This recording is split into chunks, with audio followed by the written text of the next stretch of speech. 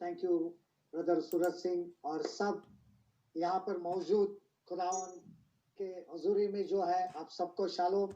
और फिर एक बार ये मौका दिया है कि हम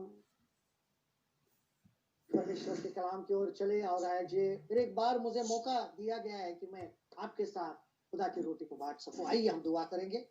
आसमान में रहने वाले जिंदा खुदावंदा, यीशु के नाम से हम आपके सम्मुख आते हैं। आज तक संभाला है, आगे भी संभालने वाले आप है। फिर एक बार खुदावंदा हम आपके हजूरी में आते हैं, आपके चुने हुए लोगों के द्वारा हम इकट्ठा है खुदावंदा कि हम सब मिलकर आपकी प्रस्तिश करें, आपकी हमद करें। और आज ये फिर एक बार मुझे मौका दिया गया है कि मैं आपके कलाम को हर एक के साथ बांट सकूं। आज खुदा बाप यहाँ पर आपकी उपस्थिति हो, आपकी हाजुरी हो, पाक रूह यहाँ पर हो। हम इल्तिजा कर रहे हैं ताकि रूह हर एक के जान जिस्म और रूह को छूकर हर एक के रूह के अंदर आप उनकी जलती हुई आग भर दे, ताकि खुदावंदा हम सिर्फ और सिर्फ आपकी प्रस्तिश कर सके। प्यारे यीशु मसीह, हम आपके लहू के बारे में आते हैं, हमें आपके आगोश में ले लीजिए। जो सुन रहे, जो सुनेंगे, हर एक के ऊपर आपकी बरकत हो, हर एक को छू लीजिए। ये दुआ हमारे जिंदा खुदावंदा यीशु के नाम से करते हैं, सुन और कबूल कीजिए। हाँ, आज के दिन का जो कलाम है वो है नहमिया की किताब। और आज का जो टॉपिक है वो है प्रार्थना ही परमेश्वर के बड़े कार्यों की तैयारी है। Prayer is the preparation of God's great works. और नहमिया की पुस्तक इसके पहले अध्याय से 1 से 5 कलाम हम पढ़ेंगे। Book of Nehemiah chapter 1 verse 1 to 5। हकल्या के पुत्र नहमिया के वचन। 20वें वर्ष के किस्लेव नामक महीने में, जब मैं शीर्षन नामक राजगढ़ में रहता था, तब हनानी नामक मेरा एक भाई और यहूदा से आए कुछ कई एक पुरुष आए। तब मैंने उनसे उन बचे हुए यहूदियों के विषय जो बदवाई से छूट गए थे और यरूशलेम के विषय में पूछा। उन्होंने मुझसे कहा, जो बचे हुए लोग बदवाई से छूटकर उस प्रांत में रहते हैं, वे बड़ी दुर्दशा में पड़े हैं और उनकी निंदा होती है, क्योंकि यरूशलेम की शहरपनाह टूटी हुई और उसके फाटक जले हुए हैं। ये बातें सुनते ही मैं बैठकर रोने लगा और कितने दिन तक विलाप करता रहा और स्वर्ग के परमेश्वर के सम्मुख उपवास करता और यह कहकर प्रार्थना करता रहा, हे स्वर्ग के परमेश्वर यहोवा, हे महान और भय योग्य ईश्वर, तू जो अपने प्रेम रखने वाले और आज्ञा मानने वाले के विषय अपनी वाचा पालते हो, उन पर करुणा करते हैं। आमीन। उर्दू में पढ़ना कृपया।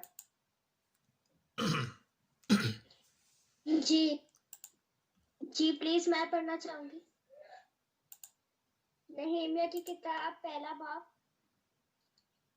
20वें बरस किस्लियों के महीने में, जब मैं कस्र सोसन में था, तो ऐसा हुआ कि हनानी, जो मेरे भाइयों में से एक हैं, और चंद आदमी यहूदा से आए, और मैंने उनसे उन यहूदियों के बारे में जो बच निकले थे और असीरों में से बाकी रहे थे और यरूशलेम के बारे में पूछा। उन्होंने मुझसे कहा कि वो बाकी लोग जो असीरी से छूटकर उस सूबा में रहते हैं, निहायत मुसीबत और जिल्लत में पड़े हैं, और यरूशलेम की फसील टूटी हुई और उसके फाटक आग से जले हुए हैं। जब मैंने ये बातें सुनी तो बैठकर रोने लगा और कई दिनों तक मातम करता रहा और रोजा रखा और आसमान के खुदा के हुजूर दुआ की और कहा, ऐ खुदावन, आसमान के खुदा, खुदाए अजीम और मुहीब, जो उनके साथ जो तुझसे मोहब्बत रखते और तेरे हुक्मों को मानते हैं, अहद और फजल को कायम रखता है, मैं तेरी मिन्नत करता हूँ कि तू कान लगा और अपनी आंखें खुली रख, ताकि तू अपने बंदे की उस दुआ को सुने जो मैं अब रात दिन तेरे हजूर तेरे बंदों बनी इसराइल के लिए करता हूँ, और बनी इसराइल की खताओं को जो हमने तेरे बरखिलाफ की मान लेता हूँ, और मैं और मेरे आबाई खानदान दोनों ने गुनाह किया है। खुदावन के पाक कलाम को पढ़ने पर खुदावन की बहुत बरकत हो। आमीन आमीन आमीन। और यहाँ पर हम नहम्याह के बारे में सुनते हैं। नहम्याह परमेश्वर के भविष्यद्वक्ता, और उनके पास जब ये मैसेज आया कि देखिए शहर पनाह जो है यरूशलेम की, वो टूट चुकी है, वो दुख से रोने लगे। और इस कहानी से जब हम कुछ सीखने वाले हैं कि प्रार्थना क्या होती है, कि आने वाला जो बड़ा कार्य होता है परमेश्वर का, उसके लिए दुआ जो होती है वो तैयारी होती है। हर एक के जीवन में खुदावन ने एक कार्य दिया है, बहुत बड़ा कार्य होता है, तो उसके लिए उस बड़े कार्य की जो तैयारी है वो है दुआ करना, प्रार्थना करना। और इसके जो आज हम रूपरेखा देखेंगे, सबसे पहले यहाँ पर एक बात होती है समस्या का प्रकट होना, नंबर 1। नंबर 2, दुख का व्यक्तिगत दबाव, the personal pressure of suffering, this is the most important thing. तीसरी बात है प्रार्थना की प्रक्रिया। प्रार्थना की प्रक्रिया में सर्वोच्च परमेश्वर की स्तुति करना, प्रस्तुत करना, परमेश्वर के प्रतिज्ञाओं को पुनः लाना, स्मरण दिलाना, पाप का सामूहिक अंगीकार करना, उसके लिए याचना करना, परमेश्वर और राजा से कृपा की प्रार्थना करना, और उसके बाद चौथी बात है नहम्याह का उद्देश्य पूर्ण पद था, राजा का प्रिय। और यहाँ पे जब हम देखते हैं कि जब हमारे जीवन में प्रार्थना के लिए कुछ विषय आ जाता है तो वो होता है समस्या का प्रकट होना। जब कुछ भी कार्य करना होता है तो हमारे सामने उस समस्या को खुदावन प्रकट करते हैं, या हमारे सामने रख देते हैं, उसका प्रकाशन करते हैं कि अपने जीवन में, अपने परिवार में, अपने कलीसिया में, अपने कौम में ये बड़ी समस्या आ रही है या आ चुकी है, दोनों में से कोई भी एक।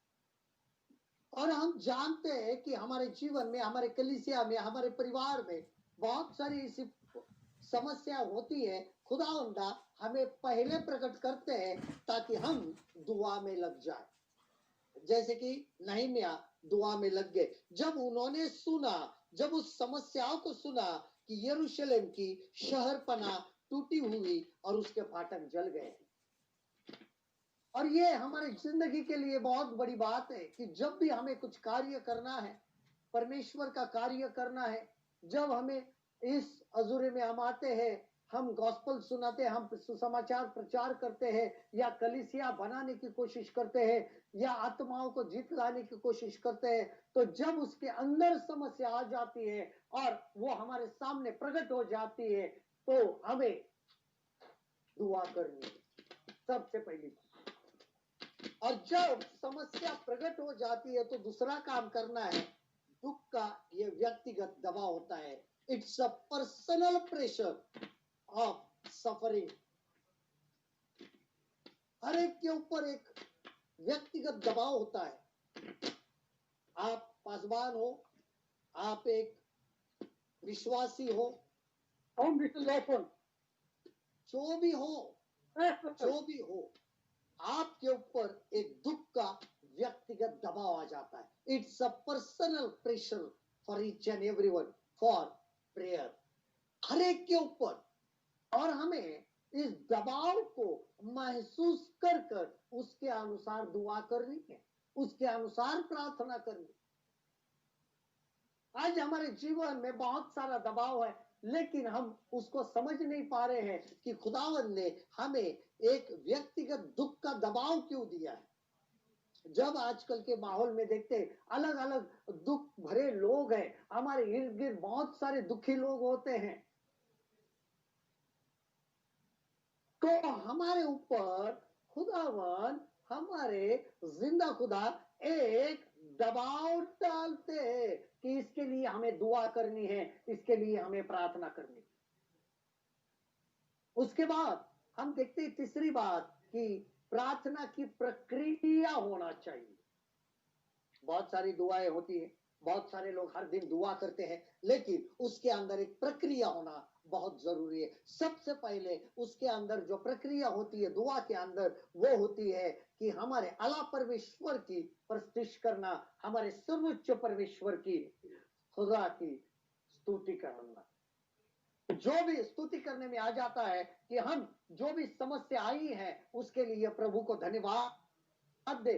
खुदा बाप की जो भी समस्या उभर आई है, जो भी समस्या हमारे सामने प्रकट हुई है, उसके लिए हम धन्यवाद देते। हमारे जीवन में ये समस्या आई है, हम आपकी प्रतिष्ठा करते, आपकी हम करते। Why it we want to do this, हमें क्यों करना चाहिए?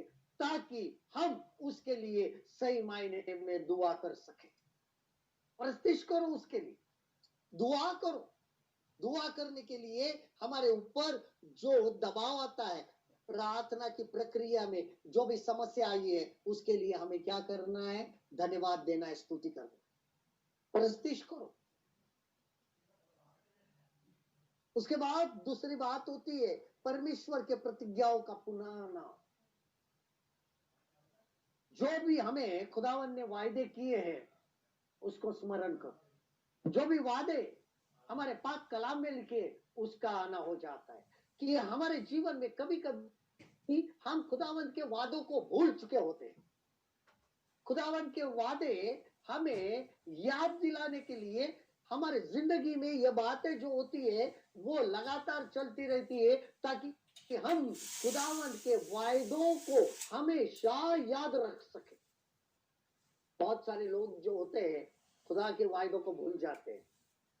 खुदा के वायदों का भूलने का मतलब यह होता है कि हम जो खुदा के लिए करना चाहते हैं उसको भूल चुके हैं।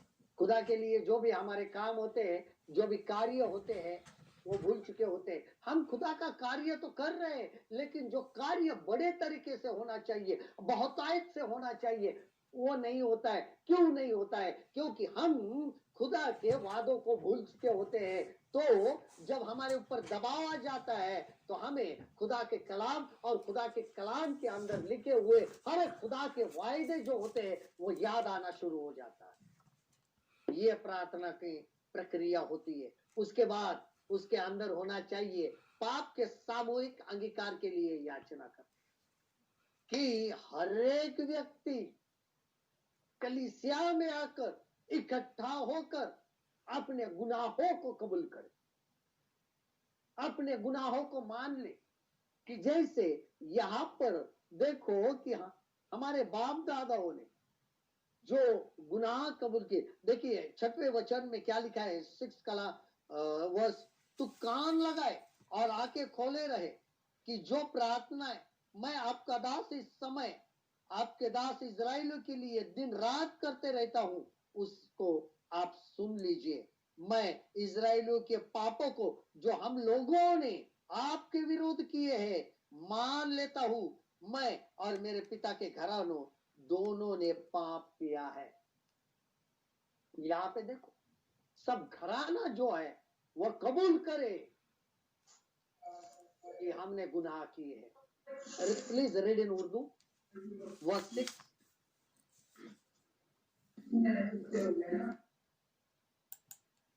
जी बेटा, आप पढ़ेंगे या मैं पढ़ूं? कि तू कान लगा और अपनी आंखें खुली रख, ताकि तू अपने बंदा की उस दुआ को सुने जो मैं अब रात दिन तेरे हजूर तेरे बंदों बनी इस्राएल के लिए करता हूँ, और बनी इस्राएल की खताओं को जो हमने तेरे बरखलाफ की मान लेता हूँ, और मैं और मेरे अबाई खानदान दोनों ने गुनाह किया है। आमीन। और यहाँ पर हर एक व्यक्ति के द्वारा, हर एक व्यक्ति के वसीले, यहाँ पर जो नहम्याह जो भविष्यवक्ता है वो गुनाह को कबूल कर रहे, इसका अर्थ होता है कि हर एक व्यक्ति अपने परिवार, अपने खानदान के लिए, अपने कलीसिया के द्वारा गुनाहों को कबूल करे। हर एक व्यक्ति आए, अपने घुटनों के बल आ जाए, आंसू को गिराए, रोए, रोजे रखे, मातम करे और अपने गुनाहों को कबूल करे। हाँ, वी आर सिनर, हमने पाप किया है खुदावंदा, हमने मनुष्य के विरोध में नहीं, आपके विरोध में पाप किया है। ये कबूल करना बहुत जरूरी हो जाता है। जब हम ये कबूल करें, जब हम ये कबूल करें तो आगे के लिए और एक बात दुआ करनी है कि जो परमेश्वर और राजा से कृपा की प्रार्थना करना है। ये जो भी अधिकारी होते हैं, खुदा हम पर भी अनुग्रह करे, फजल करे, और जो हमारे अधिकारी है वो भी हमारी ओर से कार्य करे। जो भी हमें मुसीबत आई है, जब हमारे ऊपर मुसीबत आ जाती है, कहीं जाना है, कभी सरकारी कामों के लिए जाना है, कभी गवर्नमेंट वर्क रहता है, बहुत सारी बहुत तकलीफें आती है, तो हम जाते हैं। जो रुकावटें आ रही है उसके लिए, तो उसके लिए दुआ करना, ताकि जो अधिकारी हो, जो व्यक्ति हो, अपने काम जो करवा के लेने हैं, जो खुदावन के कलाम को पूरा करना है, वो कलाम पूरा करना है, तो उसके लिए जो काम पूरा करना है, जो बहुत बड़ा काम पूरा करना है, तो ऐसे जो सरकारी अधिकारी है, उनके मनों को खुदा अपने हाथ में ले, उनके मन को बदले, इसके लिए दुआ करना, ये हमारे लिए बहुत जरूरी हो जाता है। जो बड़े बड़े हकीम हैं, उनके लिए दुआ करना हमारे लिए जरूरी हो जाता है। जो वजीर आला होता है, उनके लिए दुआ इसके लिए करो कि उनके मन अपने लोगों के लिए बदल जाए। हर एक देशवासी, हर एक कलीसिया वाले अपने अपने देश के जो वजीर आला है, उनके लिए दुआ करे। जो हकीम है, उनके लिए दुआ करे कि उनके मन परिवर्तन हो जाए और उनकी कृपा दृष्टि, उनका फजल परमेश्वर के साथ, परमेश्वर के जैसा जैसा फजल होता है, जैसे खुदावन का फजल होता है, वैसे इन लोगों का भी फजल हर एक मसीही लोगों पर दुआ करे। ये दुआ का तरीका होता है। और नहम्याह का एक उद्देश्यपूर्ण पद था जो खुदावन ने दिया था। वहां पे वो राजा के पियाऊ थे। बहुत बड़ी बात है, सुसन के राजगढ़ में वो रहते थे। एक ऊंचा ओहदा था। हमारे लिए खुदावन ने कुछ ऐसे लोग ऊंचे ओहदे पे रखे होते हैं कि वो हमारी तरफ से दुआ करे। इसके लिए हमें दुआ करनी। और ये कहानी की रूपरेखा है, उसके अंदर ये 4 बातें। तो हम आज इससे जो सीखेंगे, उसके लिए जो हमें चिंतन करना है, जो सिद्धांत है, उसको अपने जीवन में लाना अनिवार्य है। तो नंबर 1 जो होता है वो है, हमें गहरी चिंता वाले हृदय से प्रार्थना करनी चाहिए। डीप हार्ट, अंदर से प्रार्थना करनी चाहिए। चिंता जो होती है, जो हमारे जो बोझ होता है, जो अंदरूनी बोझ होता है, उसके द्वारा हमारे लफ्ज निकलने चाहिए। ये हमारे दिल से लफ्ज निकलने चाहिए। खुदा के लिए जो दुआ निकलनी चाहिए, वो हमारे होठों से नहीं, हमारे दिमाग से नहीं, तो दिल के ऊपर जो बोझ पड़ा है, दिल के ऊपर जो हमें दबा के रखा है, उसके द्वारा गहरी चिंता वाले हृदय से, कि हमें फिक्र है। किसकी फिक्र है? खुदा जब आएंगे तब हर एक व्यक्ति उनके संगति में जाने के लिए तैयार हो जाए, इसके लिए फिक्र होनी चाहिए। सबसे पहली बात, कि आपको आपके परिवार के उद्धार की फिक्र है, आपके भाई के उद्धार का फिक्र है। क्या आपको आपके पति और अपने पत्नी के उद्धार की फिक्र है? आपके बच्चों की फिक्र है? क्या आपके घराने की फिक्र है? क्या आपके कलीसिया की फिक्र है? क्या आपके इर्द गिर्द रहने वाले लोगों की फिक्र है? क्या आपके दोस्तों की फिक्र है? क्या आपके संगति में कार्य करने वाले लोगों की फिक्र है? तो आप जहां पर व्यवसाय करते हैं, आजू बाजू वाले व्यवसाय करने वाले लोगों की फिक्र है? क्या उनकी फिक्र को रख कर आप दुआ कर रहे हैं कि हर एक अंदर जो लिखा है कि हर एक जुबान कबूल करे और हर एक घुटना टिके और ये कबूल करे कि यीशु ही खुदा है। क्या हमें यह दबाव है, इसकी चिंता है, इसकी फिक्र है हमारे दिल में? जब हम इस फिक्र से दुआ करेंगे, ये हमारे लिए बहुत जरूरी हो जाता है दुआ करने के लिए। जब बड़ा काम हो रहा है कि हर एक व्यक्ति आज सोचता है कि यीशु मसीह जल्दी आने वाले हैं, बहुत जल्द उनका आना होने वाला है, लेकिन क्या कलीसिया तैयार है? कलीसिया तैयार होने के लिए आपके दिल में गहरी चिंता है, जो अंदरूनी फिक्र है, अंदर तक फिक्र है कि हाँ मेरी कलीसिया बनने, वो कलीसिया शुद्ध हो, पवित्र हो, पाकिज़गी द्वारा तैयार की, कलाम के द्वारा पाक की गई हो, ऐसी फिक्र है हमें? ये फिक्र होना बहुत जरूरी है, गहरी फिक्र, अंदरूनी, अंदर हमारे दिल के गहराई से दुआ निकलनी चाहिए। यह पहली बात। दूसरी बात हम देखेंगे, हमें निरंतर प्रार्थना करनी चाहिए, लगातार, बिना रुके। फर्स्ट थेसलोनियंस चैप्टर 5 वर्स 70, पहला थेसलोनिकी की किताब, इसका 5 बाब का 17 कलाम, थेसलोनिकी का पहला खत 5 बाब का 17 कलाम, फर्स्ट थेसलोनियंस चैप्टर 5 वर्स 70, कि वहां पे लिखा है निरंतर प्रार्थना करे, लगातार प्रार्थना करे, निरंतर प्रार्थना में लगे रहो। Please read in Urdu. पहला थिस्सलुनीकियों 5वां बाब चैप्टर 5 वर्स 17। और बादशाह के हुक्म से वो बड़े बड़े बेशकीमत पत्थर, फर्स्ट थेसलोनिकियों थिस्सलुनीकियों, मैं सलातीन निकाल रहा था, फर्स्ट थिस्सलुनीकियों, ओके सॉरी भाई जी, मैं सलातीन निकला है। अगर जमायत में से कोई जी प्लीज मैं पढ़ूं। यस बेटा जी, यस यस प्लीज। पहली थेसलोनिकियों उसका बाब 5 बाब 17 कलाम। ठीक है। खुदावन के पाक कलाम में कुछ यूं मरकूम है, बिला नागा दुआ करो, हर एक बात में शुक्रगुजारी करो, क्योंकि मसीह यीशु में तुम्हारी बाबत खुदा की यही मर्जी है। आमीन आमीन। आमीन।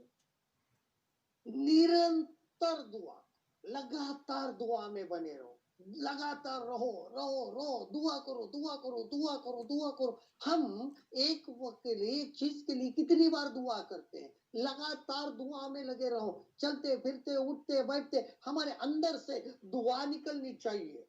इसके लिए हम कभी कभी अन्य भाषा में दुआ करते, जब हम हमारी भाषा में जब दुआ करते हैं तो कभी कभी जो हमारा चेहरा जो होता है, जो जबान होती है, जो जबड़ा होता है, वो थक जाता है।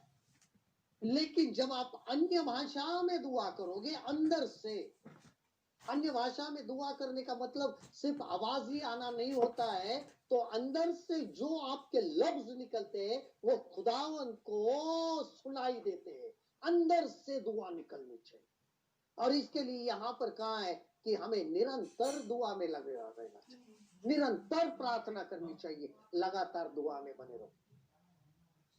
Sometimes we want to chain prayer, we want to do chain prayer, chain prayer में लगातार संकली प्रार्थना कहते हैं उसको। एक हो गया तो दूसरा, दूसरा हो गया तीसरा, तीसरा हो गया चौथा, लगातार प्रार्थना में लगे रहो। और ये दुआ करते रहना हमारे लिए बहुत जरूरी होता है। कि मैं एक बात बता देना चाहता हूँ, यहाँ पर अगर हमें लगातार दुआ में लगा रहना है तो हम आपस में एक एक वक्त बांट ले, कि अगर कोई 4 बजे प्रार्थना करेगा तो कितना देर देना चाहता है, अगर वो 1 घंटा प्रार्थना करना चाहते हैं तो 4 से 5 वो करे, 5 के बाद 5 से 6 तक दूसरा ले, ऐसी लगातार प्रार्थना में लगे रहो। अकेले तो मन में करते रहो, लेकिन हम कलीसिया, हम सब जमात मिलकर हमें दुआ में लगा रहना है और हमेशा दुआ में रहना चाहिए। उसके बाद हम देखते हैं नंबर 3, एक समस्या का ज्ञान हमारे ऊपर प्रार्थना की जिम्मेदारी लेके आता है। देखिए महत्वपूर्ण बात, जब हमें कोई समस्या हमें सुनाई देती है या समस्या का ज्ञान होता है, या समस्या उभर कर आती है तो हमारे ऊपर प्रार्थना की दुआ की जिम्मेदारी आती है। आज बहुत सारी समस्याएं हैं, रुकावटें हैं, तो हमारा फर्ज क्या होता है कि हमारी जिम्मेदारी क्या आन पड़ती है कि हम क्या करें, दुआ करें। हम क्या करें, दुआ करें। आज हमारे इर्द गिर्द, हमारे कलीसिया में, हमारे परिवार में, हमारे व्यक्तिगत जीवन में, हमारे आजू बाजू में, हमारे आज के देश में, इस दुनिया में बहुत सारी समस्याएं आन पड़ी है। बहुत सारी कलीसियाओं में समस्या आन पड़ी है। और जैसे ही हमें पता चलता है कि ये समस्या आन पड़ी है, अपने लोगों के ऊपर समस्या आन पड़ी है, अपने जमात के ऊपर समस्या आन पड़ी है, हम जब जमात में बैठते हैं तो समस्या आती है। आज जैसे ही पता चले तो हमें तुरंत ये कबूल करना है कि खुदावंदा ये मेरी जिम्मेदारी, मैं दुआ करूं ताकि एक बड़ा कार्य हो सके, ताकि खुदा एक बहुत बड़ा कार्य कर सके। ये ऐसा नहीं होता है कि ये मेरी जिम्मेदारी नहीं, वो करेंगे, खुदा के खादिम करेंगे, ये नहीं होता है। हर एक जो ईमान लाते हैं, हर एक जो चुने हुए, हर एक जो नए जन्म को पाए हुए, हर एक वो खुदा के बंदे को चाहते हैं कि हम दुआ करें। जब भी हमारे सामने कोई भी मुसीबत आन पड़ती है, जब भी कोई मुसीबत हमें सुनाई देती है, अगर हमें व्यक्तिगत रीति से सुनाई देती है तो हमें तुरंत एक दूसरे को इत्तला करना चाहिए कि हमें दुआ करनी है। देखिए ये हमारी जिम्मेदारी है। अगर कोई नहीं करता है तो हमारी अपनी व्यक्तिगत जिम्मेदारी होती है कि जैसे नहम्याह बैठ गए, नहम्याह ने रोजे रखे, नहम्याह ने मातम किया, नहम्याह ने, और उन्होंने दुआ करनी शुरू की। यह हर एक का फर्ज होता है कि हम वो जिम्मेदारी कबूल करें। उसके बाद नंबर 4, परमेश्वर की महिमा करना हमें उसकी पवित्रता और अपनी मनुष्यता को स्मरण दिलाता है। जब हम परमेश्वर की महिमा करना हमें उसकी पवित्रता और अपनी मनुष्यता को स्मरण दिलाता है। जब भी हम परमेश्वर की महिमा करते हैं तो परमेश्वर की महिमा जो है वो हमें उनकी पाकीज़गी यानी पवित्रता, उनकी पाकीज़गी, और हम आदम जात है, ये हमें याद दिलाता है कि तुम आदम हो और मैं पाक खुदा हूं। ये हमें स्मरण आता है। तो इसका अर्थ यह होता है कि खुदावन चाहते हैं कि आप अपने गुनाहों को कबूल करो, और जैसा मैं पाक हूं वैसे आप भी पाक बनो। हमारे गुनाह हमें कभी कभी बहुत छोटे लगते हैं, हम कभी कभी उसको गुनाह भी नहीं मानते हैं, लेकिन जो भी खुदा के कलाम के विरोध में वो हर एक गुनाह है, यानी सिन है, वो पाप है, जो हमेशा हमें खुदा उनकी पाकीज़गी की क्या दिलाते हैं, सुधि दिलाते हैं, पाकीज़गी की याद दिलाते हैं कि मैं पाक खुदा हूं, जैसे मैं पवित्र हूं वैसे आप भी पवित्र बने रहे, क्योंकि मैं पवित्र परमेश्वर। ये हमें हमेशा स्मरण दिलाते हैं। ये मुसीबत हमें इसके लिए स्मरण दिलाती है कि हम ये याद रखें कि परमेश्वर पवित्र है, हमारे खुदा जो है वो पाक है और हम मनुष्य हैं। वी आर जस्ट ह्यूमन, हम सिर्फ आदम जात है, लेकिन वो पाक खुदा है। वो सिर्फ खुदा नहीं है, वो पाक खुदा है, और हम एक साधारण इंसान है।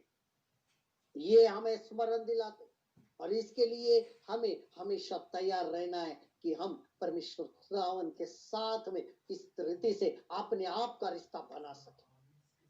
क्या है हमारा रिश्ता? सिर्फ दुआ में जब हम आ जाते, दुआ तो हमारी ऐसी हो जाती है, आए खुदा को धन्यवाद दिया, हो गया, ये चाहिए, वो चाहिए, वो चाहिए, वो चाहिए, गहराई से नहीं होता है, वो अंदरूनी नहीं होता है, गहरे दिल से, हमारे अंदर से दुआ नहीं निकलती है आजकल। वो निकलना बहुत जरूरी है। इसके लिए हमारे सामने ये खुदावंदा मुसीबत लाके रखते हैं ताकि हम दुआ कर सकें। उसके बाद यदि हम एक खास जवाब चाहते हैं, यदि हम विशिष्ट उत्तर चाहते तो हमें अपनी प्रार्थनाओं में भी विशिष्ट होना चाहिए। यदि हम हमारे दुआ का जवाब एक विशिष्ट यानी असाधारण चाहिए, ध्यान रखो, अगर आपको ये दुआ का जवाब अलग तरीके से चाहिए तो आपको प्रार्थना में भी उसी रीति से होना पड़ेगा। हम किस रीति से दुआ कर रहे हैं, हमारी दुआ किस तरीके से है। हमारी दुआ जो होती है वो बहुत साधारण, असाधारण नहीं होती, बहुत साधारण, simply do like this, do like this, प्रभु ये करो, वो करो, वो करो, ऐसा करो, वैसा करो। मेरा एक जवाब है, खुदावन ने उनके कार्य के लिए हमें चुना है, कार्य हमें करना है, और उस कार्य के लिए सामर्थ्य और हर जरूरत को पूरा करना हमारे खुदावन का काम है।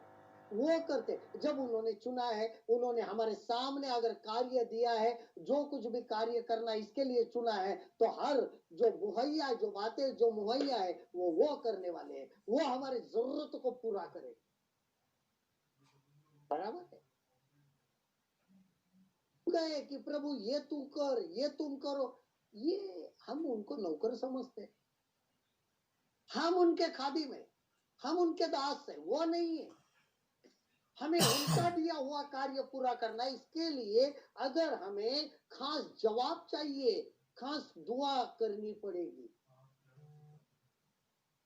हम दानियल की दुआ देखते हैं, यशाया की दुआ देखते हैं, इर्माया की दुआ देखते हैं, इस्केल की दुआ देखते हैं।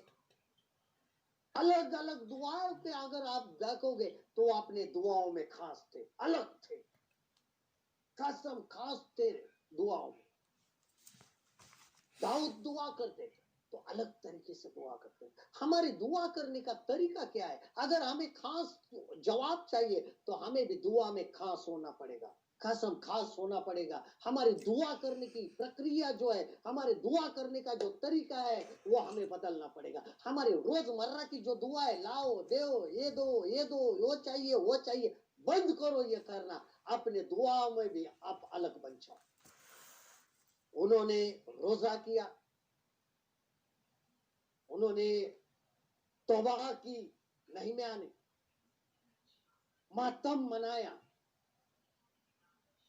और फिर अपने दुआओं को खुदावन के सामने रखा, तो उसका जवाब हम जानते हैं कितना बढ़िया मिला, कितना बड़ा कार्य नहम्याह के द्वारा हुआ। शहर पनाह बन गई। हम देखते हैं आज ऐसा माहौल है कि कलीसिया की जो शहर पनाह है वो गिर चुकी है, नैतिकता की शहर पनाह गिर चुकी है। आजकल के जवान अनैतिकता में गिरे हुए हैं, इनके जो इर्द गिर्द नैतिकता की दीवार थी वो गिर चुकी है। वो दुआ इसके लिए करे कि हम वो दुआ करके हुए वो दीवार फिर से बांधे, वो शहर पनाह फिर से तैयार करे, लोगों की सुरक्षा की शहर पनाह फिर से तैयार करे। ये दुआ आज करनी है। हम तो एक ही दुआ करते हैं, हमारे लिए ये चाहिए, वो चाहिए। शहर पनाह गिर चुकी है, उसकी दुआ करो, उसके लिए दुआ करो कि हम शहर पनाह फिर से बांध सके।